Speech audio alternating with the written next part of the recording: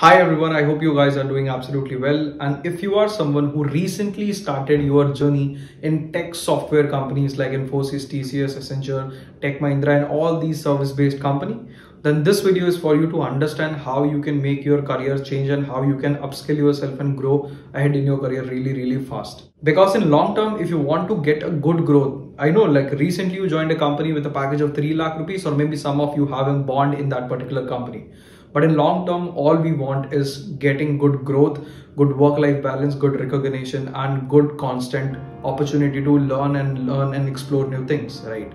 But how it is going to be happen? Because if you are in a service-based company, like any company, you name any company where you are going to train for 6 months, you're sitting in a bench, some people get some feature addition or testing automation kind of projects, and your whole energy is going to be consumed by working in these kind of projects. So how you can make a transition to a product-based company?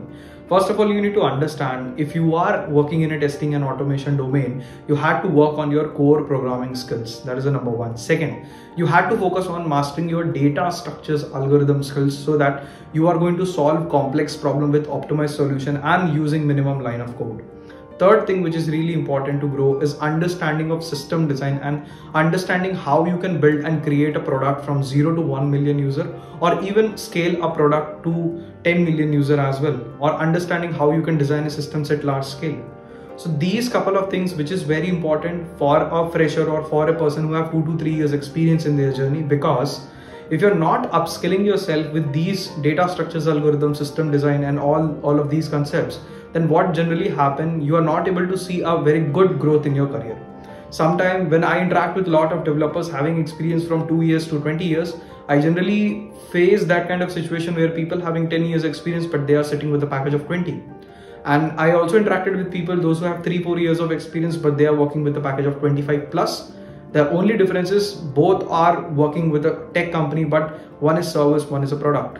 So the main focus we should have is how we can move into a product-based company. And how you can make a smooth transition from service to a product-based company. You specifically need 3 things. First, a mentor and a team or an ecosystem where you can practice and learn from your mistakes. Second thing, you had a very good network or people or developers, those who are already associated with a product-based company.